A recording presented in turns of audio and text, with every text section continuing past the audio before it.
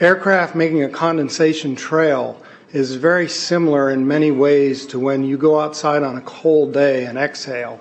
You create a condensation trail. That little cloud is a condensation trail. Now, if you take a 2-mile walk on a cold day and you can turn around and you can see your condensation trail tracking all the way back for 2 miles.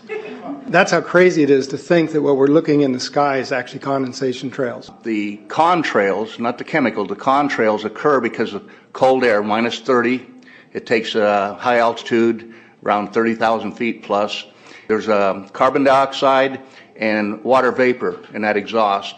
That turns to ice crystals, and that's what you see, the white stream behind it. Those white crystals of ice warm up, dissolve, and the smoke goes away. And it never lasts more than a minute. What we're seeing now, and I first could not believe it, and I started looking at the skies, and these are not normal. They're not natural. There's something going on. I don't know who it is or why they're doing it. All I can testify is it's not natural and it's not normal. It's got to be some outside influence doing that. Thank you. I'm here to give you testimony that chemtrails, they're not contrails, are indeed real. They're spraying almost every day. I watch the clouds and watch the spraying program going on. I want to tell you that we're in very great danger from the pollution that's coming down over us. And we've been led astray by the military-industrial complex, and they're responsible for the cloud's creation and weather manipulation programs. They're dark operations. That's why they're not out in the media. I look around and I see people are starting to look up and see this. Many times I've spoken about chemtrails, and I get this blank look on my face. What are you talking about? I'm saying, look up. As a pilot, before I fly, I look up. And so, boy, they're really out there working. When you look up at the sun and you see a white haze, that is aluminum floating in the air right now, and it's coming from the aircraft. There's a huge amount of aluminum being found because these sprays have aluminum, strontium, barium, manganese. And there's a lot of argument that aluminum is very common to be found. But aluminum is only common in a bonded form. It's not common in a free form, and we're finding high rates of free aluminum in the soil, which is not natural. The metal compounds that are being used are environmentally dangerous. We need to be monitoring them. We need to be testing them. Okay, these previous guys, I've watched exactly what they do, and yes, they are correct. I've seen exactly the same stuff, so ditto marks on those. You want some figures? Okay, latest water test, tested the rain. 13,100 micrograms per liter of aluminum in the rain in 2013. Normally, it should be 0. So 13,100 is pretty damn much, folks. It used to be 0, then it was 100s in the 2000s, and then since 2010, it's into the 1,000s and the latest 13,100. In the snow on Mount Shasta, pristine Mount Shasta, 61,000 micrograms per liter, 4 times the amount that is found in the soil up there. Where in the hell is this stuff coming from if it's not coming from the soil? We have clouds in the sky we've never seen before. Almost every day I'm seeing clouds I've never seen before. And NASA has been even named a few of these new clouds. It's really interesting, but NASA is a corporation. I want you to know that. NASA has also conducted a research program in what they call metallized fuels. We're actually putting aluminum oxide right in the fuel because it has 2 atoms of aluminum and 3 atoms of oxygen. So during the combustion process, it releases all that oxygen and dramatically increases efficiency, but it leaves the aluminum in the air. We got things coming from sky down, and it's a huge, huge problem. Because as it comes down, what happens is a couple of things.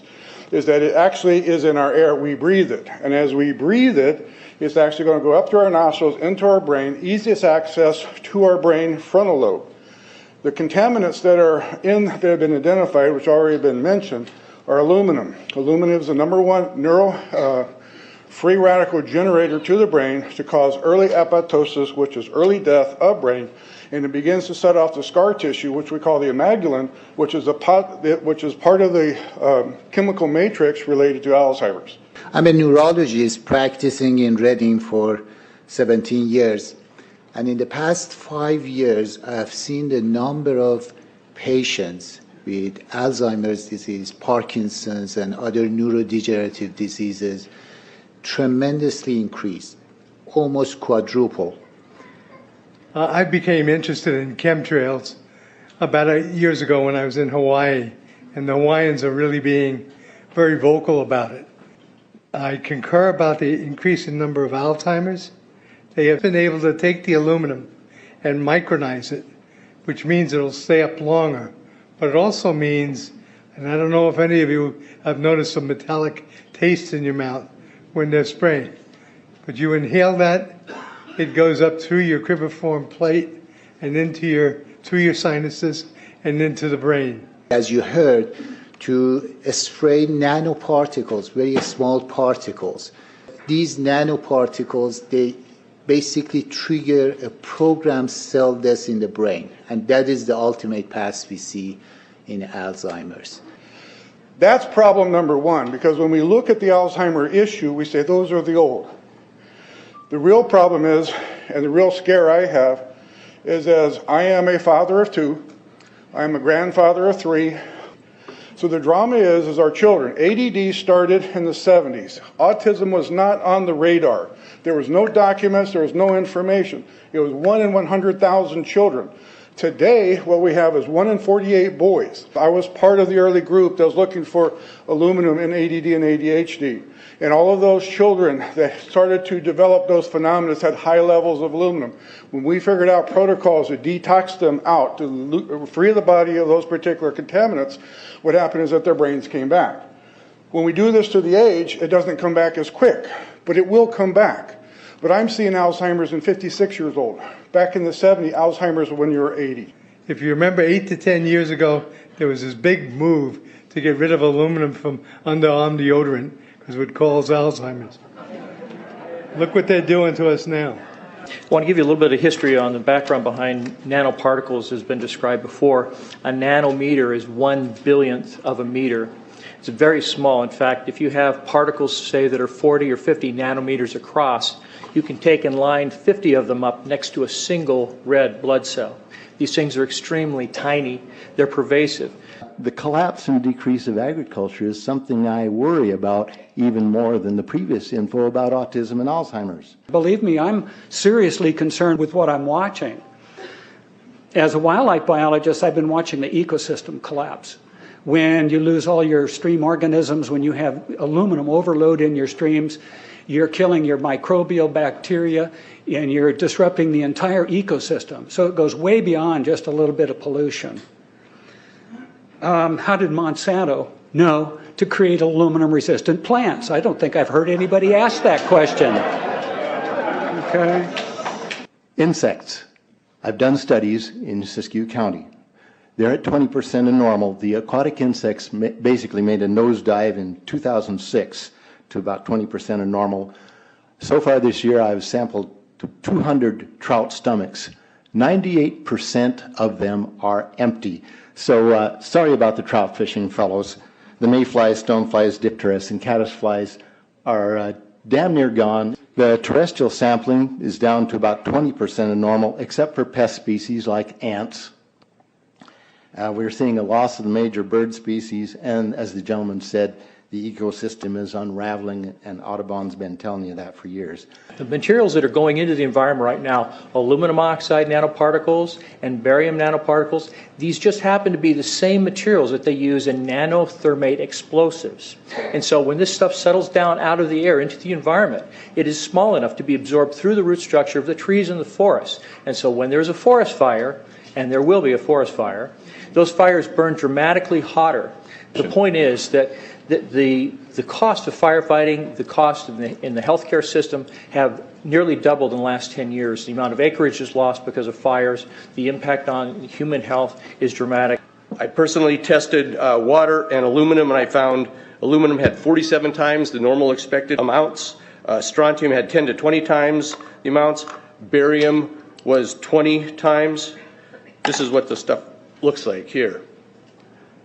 Collected, most people just think it's a cobweb, but I tested it. It has outrageous amounts of barium, strontium, and aluminum, but they destroy the sample, so I'm not letting this get away from me.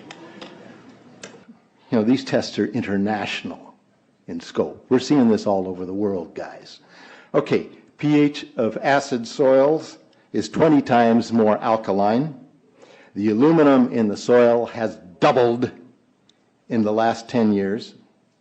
The rain normal was 5.6. It's 20 times more alkaline. Aluminum blocks essential nutrients. I am unable in my garden to restore normal pH, and that's because nanoparticles are now in the circulatory systems of both plants and humans. The Air Force conducted a study starting in 1993. It was called In Vitro Toxicity of Aluminum Nanoparticles in Rat Alveolar Macrophages. That's a real fancy way of saying testing the effect of aluminum nanoparticles on the white blood cells in the little air sacs in your lung, the alveoli. And what they found in this 8-year study was that these particles, when you're exposed to them long enough, it suppresses the ability of your white blood cells to defend you from airborne infections coming into your lungs. So it suppresses your immune system. But they also found that these same particles, once they get into your system, they can actually go through the barrier in each one of the cells. They get inside the cells, and these particles can actually suppress the ability of mitochondria, which are in the cells that help to gobble up toxins and things that would be harmful to the nucleus and the reproduction process of the cells in your body.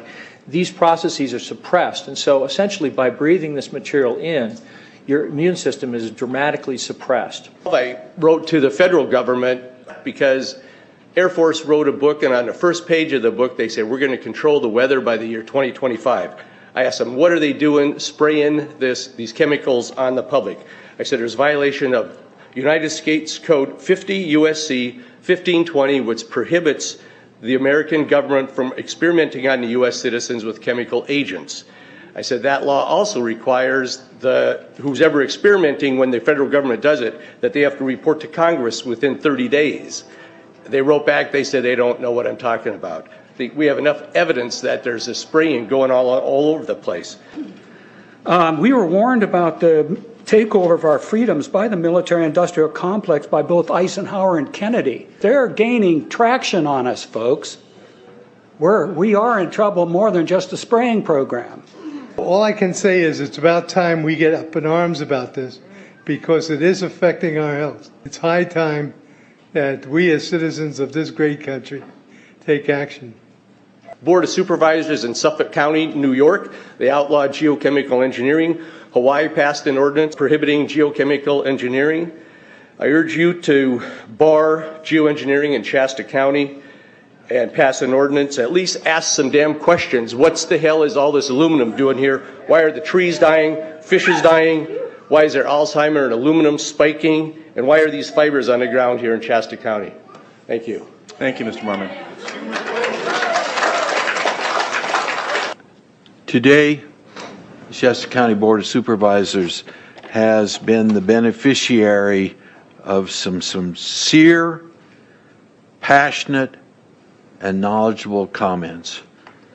And I thank you for those. I am in agreement with my colleagues about sending letters and a call for action, but I would hope that we could go a step further. I would like for us to send a copy of this video where all of you spoke today, all 2.5 or 3 hours of this testimony, to be sent to our senators and our U.S. representatives, and also our representatives in the state of California. We'll do that. Let them listen to the passion that came out of this meeting today. Thank you. You have the motion in front of you. I think it's understood. All in favor, say aye. Aye. Any opposition? Motion passes unanimously.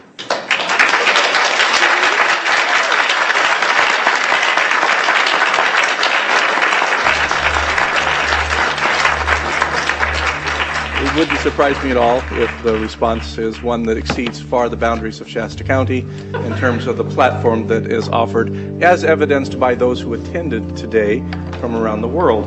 It's very impressive.